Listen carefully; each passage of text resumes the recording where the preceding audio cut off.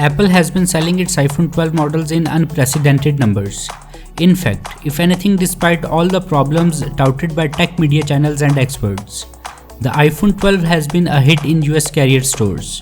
However, in the midst of this intense selling spree, Apple has quietly confirmed that iPhone 12 models are selling with a serious hardware problem that has not been addressed. I think we can all agree that display of a smartphone is literally the cover by which we judge the book.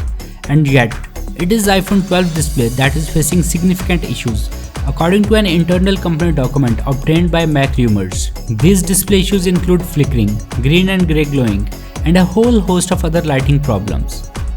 Many users are experiencing the issue on iOS 14.1, iOS 14.2, and seemingly even the first two iOS 14.3 betas.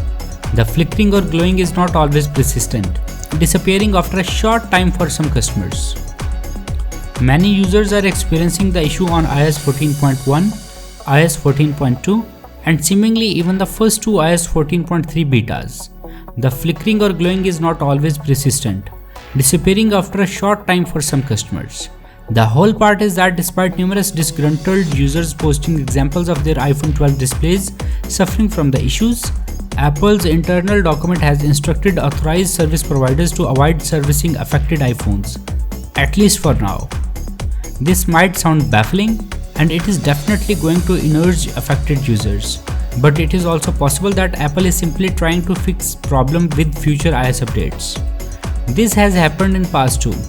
Apple's iPhone 11 models, for instance, suffered from green tint problems, while the Cupertino giant did replace some units under warranty. It managed to address some of less extreme cases with the iOS 13.6.1 update.